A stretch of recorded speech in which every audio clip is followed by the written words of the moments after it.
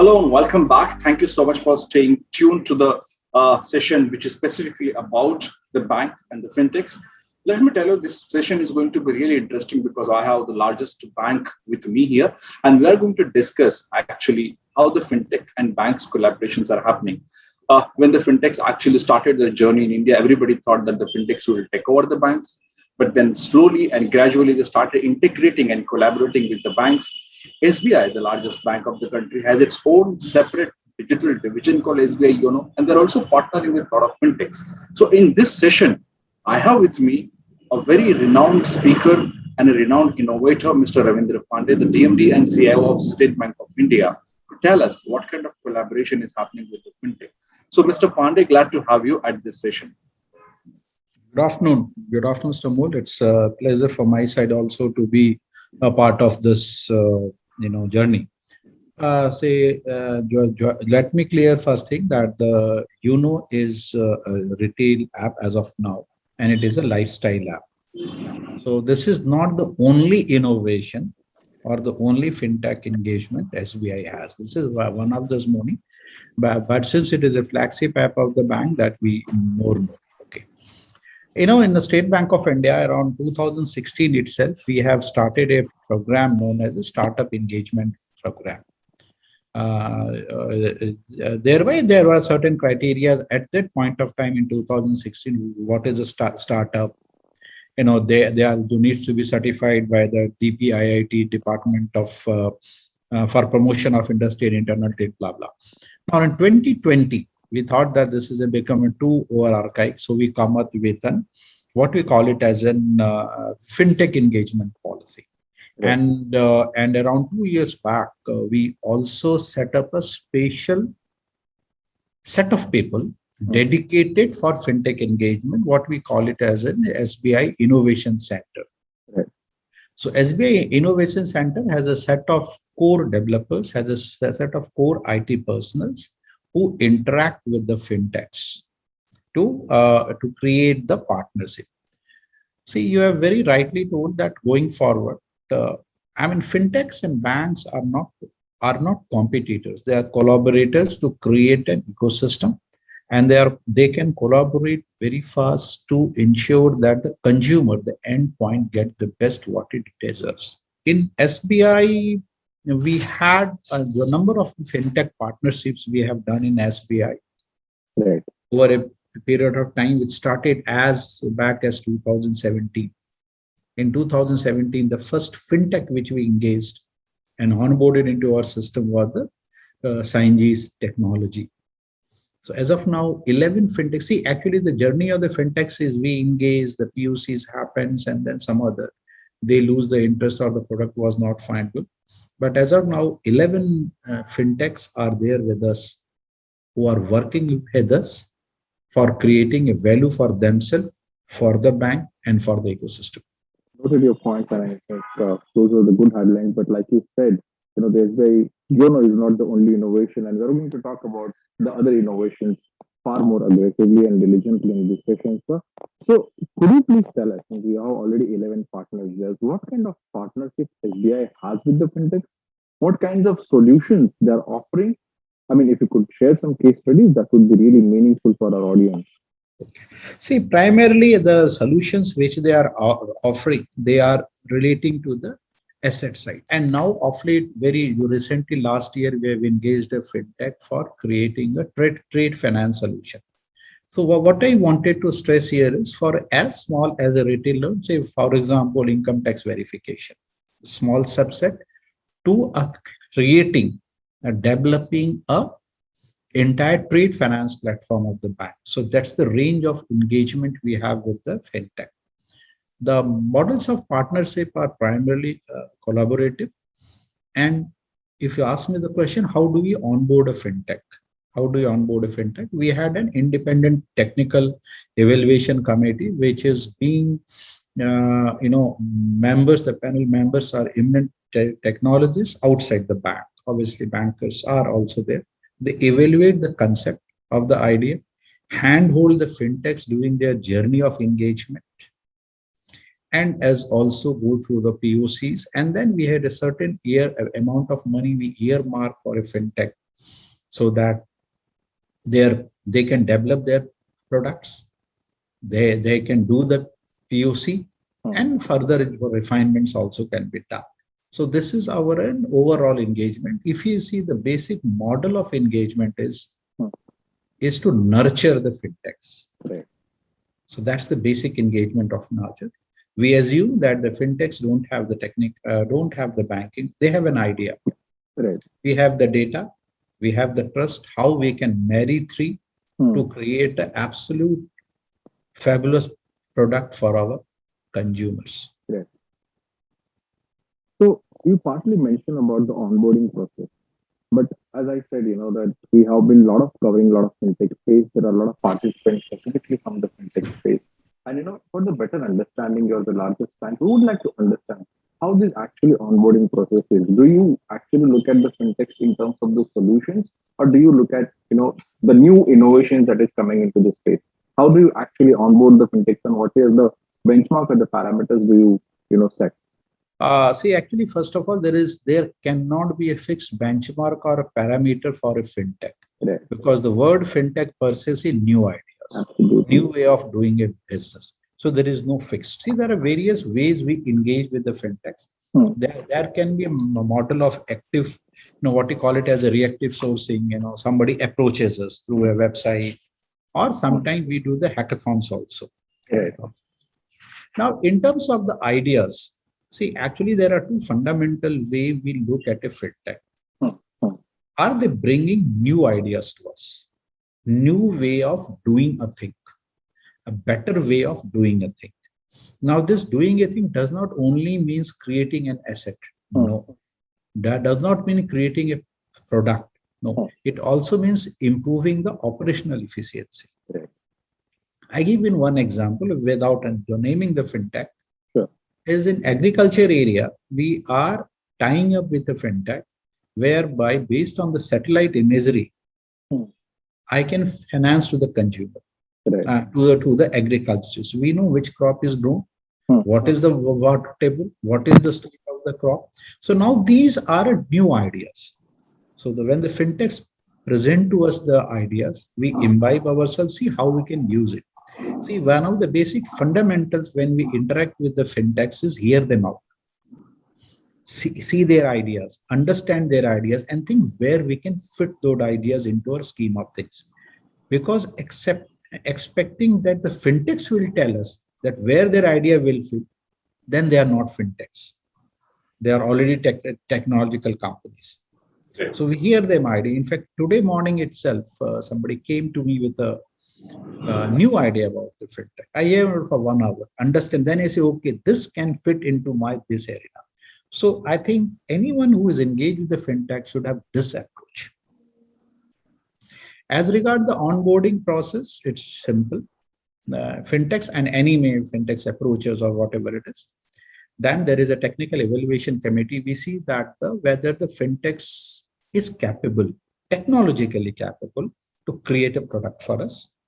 Once it has been passed by the technical evaluation committee, which has an outside people from the industry, from the academia, and then subsequently we create POC. The proof of concept is created, and after the POC, then we take the actual use of the fintech. We do provide help to the fintech during the POC stage also, that is the development stage also, and after that, once is done and we started using their services, then it is a normal commercial agreement between us and fintechs. That is, we try to incubate the fintechs for the year of 2 to 3 years, handhold them. After that, they are free to do whatever they want to do. Okay. So you catch them at a very early stage, basically. Yes. You catch them. See, I gave in 2017. Now, Hitachi FinTech now is a big name in the industry. A lot of integration and obviously collaboration happening with the fintechs and the banks, leading banks like you are going high on adopting fintechs. My question to you, sir, is fintechs come with not only innovation, but a very modern and a very advanced mindsets, whereas the banks are very traditional, they have to follow many rules. So what kind of obstacles do you face while integrating, while collaborating with the fintechs? See, actually, let me remove this, what you can say, mindset that the banks, I'm talking of more of State Bank of India, that we are averse to receiving ideas. No, we are fully aligned and in tune with the receiving ideas. That is the reason we have been here for more than 200 years. We continuously evolve ourselves. Challenges, initially challenges may face, rules and your regulation has to be there, being a public entity, being a the repository of the public trust and the public money. I cannot withhold away money for that. That is why we create a technical evaluation committee, which evaluates whether the fintech has the capability to delivering what they say. They know what they're talking. I put it in a very simple term. Making a commercial sense out of it is our area. It's not a fintech area. How can I use it in my system? Problems what we face into a fintech onboarding is there are three folds. One is sometimes we face that the fintechs, when they initiate the journey, they think that only 2 and 3% can able to do it. But then when actually the work start, then the resource constraint sometimes hits them. Do we provide them financial support, but getting the resources of like-minded people sometimes creates a challenge. Second challenge which we face is if a fintech's in between discontinue its product line, because banking is a business. If I invest in a business, integrate with our system, I need a certain level of continuity. If you change your product and line, then say, no, I will not be able to do further, then we are in a slightly big soup. So we evaluate fintech on these challenges, whether what is their mindset. Third is sometimes we practically fall that some fintechs have very fixed idea, because in today's world, no technology can be built in isolation. No idea is in isolation. They are deeply integrated with each an idea. So if the product and services is not customizable, so then it creates a problem. And fourth problem, which may be very peculiar to SBI, is our scale. Sometimes we face that problem. The product is good, fine, technologically very good, but it comes to our scale, it falters. So these are the challenges we have encountered. And now based on these challenges only, we evaluate a fintech. So I put it that way, we evaluate fintechs on these parameters more so. I think very well said, and I absolutely agree with you. I think the resource and the scale. But is there any support that the banks offer generally? Because generally what will happen is obviously they will lack skill, considering the large size of your bank, the number of customers which they will have to address. So how actually you ensure that they will reach to the next level, and how you will help them with the skill? And also you, sir, add me. Also, I wanted to add here, what kind of partnerships are these that the SBI is doing with the fintechs? Are these partnerships based on the solutions, and maybe what you can say, the remuneration based on the solutions, or the equity partnerships also? See, that I told, I have created an innovation center. Innovation center where average is 30. Okay. Young boys and girls having strong technical knowledge, and since they work in the bank, they have an idea about the other technologies also, surround technologies also. So these boys and girls, they continuously interact with the fintechs. We provide them sort of a sandbox environment. We also provide them the tools to develop their program if they do not have. If they do not have even a space to sit, that also we provide them. Obviously, data we can't share with them. That has to be in a very, very controlled environment. But sandbox also, so these all through, we help them. In case if a fintech needs some real hardcore technological knowledge, we had tie up with few of the leading technological institutes of the country. We connect them with those respective professors, which pro bono do it free for them. So all sorts of support we try to provide a fintech to develop, because we know that they do not have that capability. That is why they are the fintechs. So I provide them all. Now, part two, you ask about the commercial model. Great. The commercial model is normally, initially it cannot be pay per use because they don't have model. So initially it is primarily a lump sum, okay, till they develop. Once the POC is complete, then our experience is fintech are also commercially very smart. So I think this is one area we don't have to tell the fintechs that whether you want a pay-per use or you want a lump sum or things like that. They know their turf very well. And then it is a pure commercial engagement. Now, your point two was in terms of the equity investment. Actually, we have equity investment can be in a fintech, despite the fact they are not in SBI. I mean, they are not in SBI. So there are two separate area. We are not averse to making equity investment also into the fintech, but equity investment you require certain parameters. If the fintechs fit those parameters, we will do. Otherwise, we'll ensure that the fintechs as a workable solution stand on their own feet. Okay. We make them to stand on their own feet. See, number of Perfios, Jukata, Sign-G, Moon's Lab, there are so many numbers, Credit Mantri, all they're happening with us. In fact, you will be surprised. We also have, engaged with the fintechs, which is in gaming. Wow, that's interesting. Why? I tell you, because we wanted them to create a gamification use to drive my employee engagement when we make our upskill their knowledge through the small quizzes, services about the banking product, about the financial products. So we tied up with a fintech to create a gaming app for ourselves. Great. That's the area of what you can say engagement with the fintechs. Great. Well, I think a very meaningful thought, sir. And in fact, allow me to share. I was attending a session at Sibos 3-4 years back, global banking event, and there was one, what you can say, a dedicated team which was talking specifically about the gamification of banking, and how important that is, because ultimately you're creating a mobile app, which people will be compared with the Netflix, Amazon of the world, and perhaps the gaming app as well. So that's an interesting one. There are two thoughts have come, Amol, in this area actually. See, gamification 2-3 years back was, now there's another thought of coming up into the market is, because it's a very changing landscape, changing customer behavior, priorities. He say, I have come to your app to do the banking, not to, don't, give me pure banking.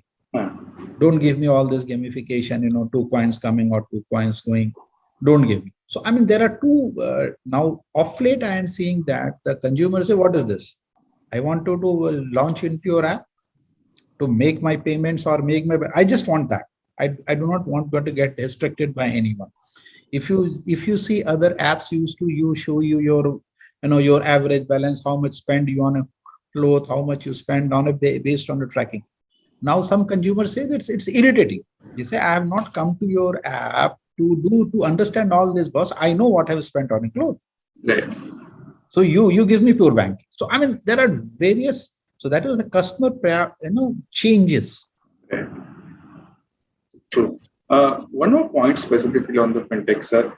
Then I will move on 1 or 2 questions about customer and the SBI. The question on the fintech side is, how do you actually measure the success of the fintechs? How do you, maybe after a year or two, you come to a level, okay, this fintech has matured now, and this fintech I can bet on more, or maybe I can share a lot of things with him and give him an assignment of, taking over this particular section or segment of the bank. See, fintech, initially when we start fintech engagement, our mindset is that don't worry, even if we cannot deliver anything, don't worry. That's the mindset. But once fintechs engage, once fintech develop a program, POC happens, we see its scalability and use in the system. I think around 2-3 years, we had a certain amount up to which we expend, and it's a substantial sum. After that, you say you are matured enough, you are on your own feet. So that is normally experiences around 3 to 4 years. Fintechs need continuous support from the bank. And after that, they are well capable of, because during the 3 to 4 years journey, they are fully aware of the way the banks work, or any company works, leave alone bank. Any large company works, the structure in the work, the process in the company. And we also, and how SLAs are drafted, because we tell them how SLA, that is service level agreements. We tell them how SLAs are drafted. We tell them the model SLA. My team interacts with them. So sort of a bit of legal, bit of commercial sense we try to build into them.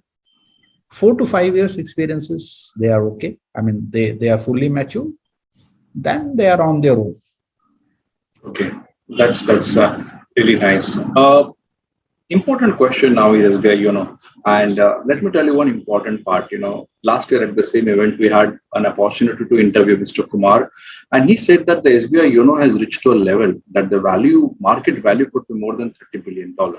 So, according to you, where is YONO now in terms of the market status, market share, market value, and what else can we expect and see specifically in SBI going ahead?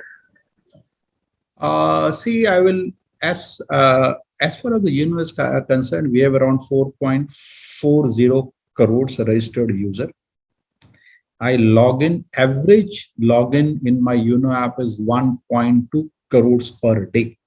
And the peak login was 1.6 crore a day. So that's the YONO login. We do around 5 lakhs to 6 lakhs financial transactions per day. Around 1 lakh people visit our per day on an average, lower side average. 1 lakh people visit our online marketplace each day. Around 600 to sometimes 2,000 to 600 crore. That's a branch. We do digital loan through my YONO app. So there are a lot of activities. I don't want to read all those figures. So YONO has developing, and we are continuously to build it. See, if you see, it is a financial superstore. People in the market are talking of super app. This YONO is already a super app conceived, built by SBI 2-3 years back. Why it is called super app?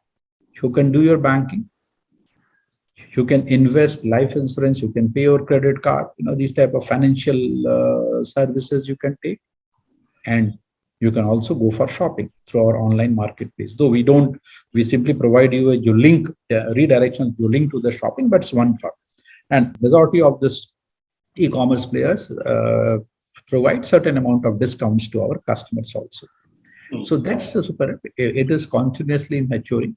We are continuously building new journals, making YONO scalable. If you see 1.66 crore login a day, that's a mammoth number.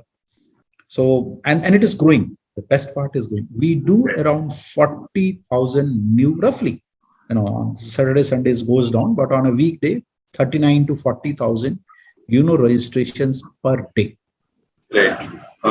Not at your point, but the way, the app model is growing, and, whether it's Amazon Pay or Google Pay, they are also competing heavily. In fact, they have also started offering the core products of banking like fixed deposits and all.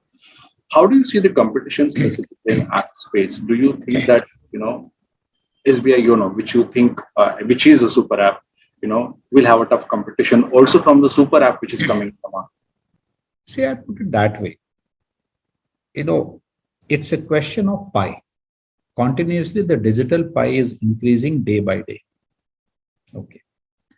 Banking is not only a deposit or a liability. Banking is also beyond liability. You have an asset, you have an investment. So it is much more beyond that, this is it. So we don't foresee any competition from these coming. Only thing is market will grow. And what I foresee is probably a betterment, because competition always brings better out of you. So because of these competitors coming in, probably my YONO app will become much better, much superior in experience. So I think everyone has its own niche area to play, and people will play into their niche areas. Noted your point, sir. Meaningful one. Let me take one last question with you. Since you're talking about the collaborations and partnerships with the banks, and obviously we mentioned super app, which is YONO, to make it the success model, to make it the collaboration model far more successful between the banks and the fintechs. Going ahead, considering there is a great revolution, digital revolution, which is happening during the pandemic, and the same will continue after the pandemic. What do you think? What kind of models specifically the collaboration and partnerships model will work for the banks and the fintechs going ahead, maybe in next 3 5 years, because fintechs are also going for an IPO. There are new fintechs coming into this space, but collaboration is the core theme right now. So how this model of collaboration and partnerships will reach to next level according to you? See, actually, if you see the collaboration model, which we think that it will work in this fintech space or not. Now, in fact, whether I call it as a fintechs or tech fins or big techs, now all this has merged together. And what you are talking is probably the big techs, not the fintechs or tech fins. Okay.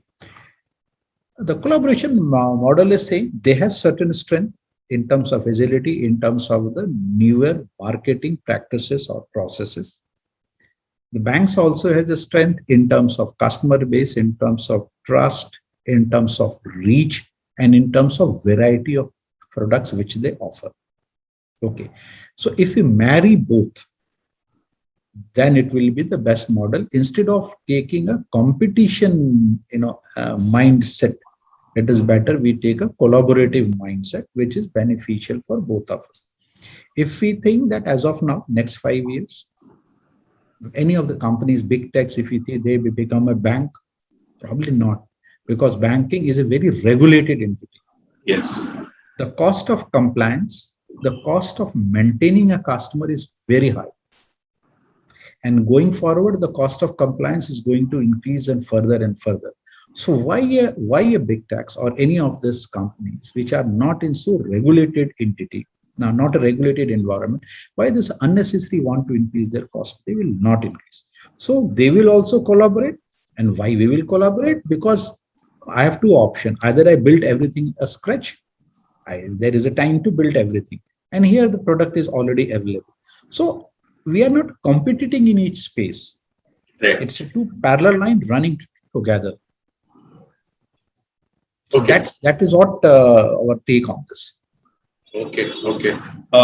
Noted your point, sir. I must say it was a meaningful one, and you highlighted some remarkable points, not just on the collaborations, but the app and how the collaboration model will, shape up going ahead. If you could add just one, before I wrap up, in terms of what do you think is the future of the fintechs, considering there are fintechs now hitting the stock market and look building their market value more than what people could have imagined. In fact, their market value is actually compared, if you compare it with the mid-sized banks or smaller banks, it's higher than that. What is view according to the your experience? What is the future of the fintechs?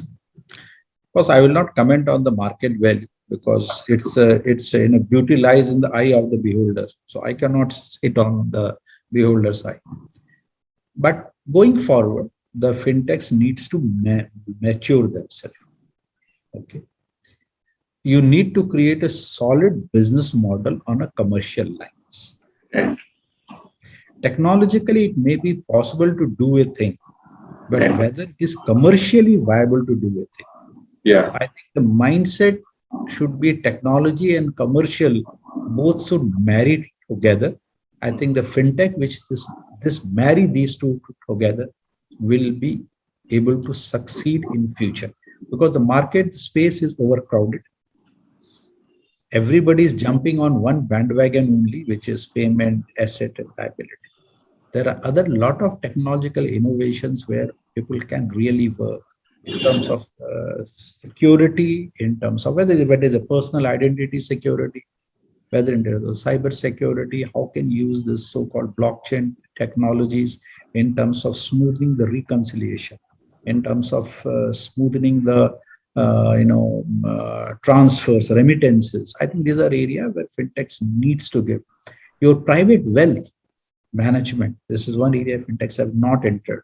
Private wealth management, because the space is overcrowded. So you have to found a newer niche area for that.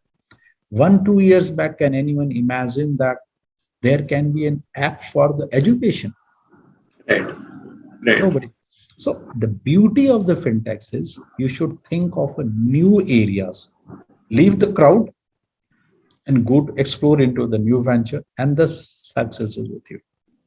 Right. Very meaningful, sir. Thank you so much for sharing your perspective here on the successful model of the successful collaboration model between the banks and the fintechs. Thank you so much for joining on ETB Episode. Thank you very much, Amar. Thank you very much.